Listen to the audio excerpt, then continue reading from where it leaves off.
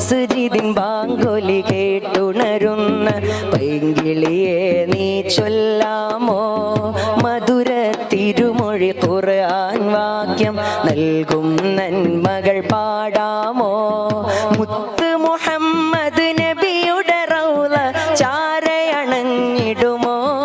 എൻ്റെ മനസ്സിൻ ഹുബ്ബ് കരഞ്ഞ് പറഞ്ഞ് മടങ്ങി വന്നിടുമോ? എൻ്റെ മനസ്സിൻ ഹുബ്ബ് കരഞ്ഞ് പറഞ്ഞ് മടങ്ങി വന്നിടുമോ?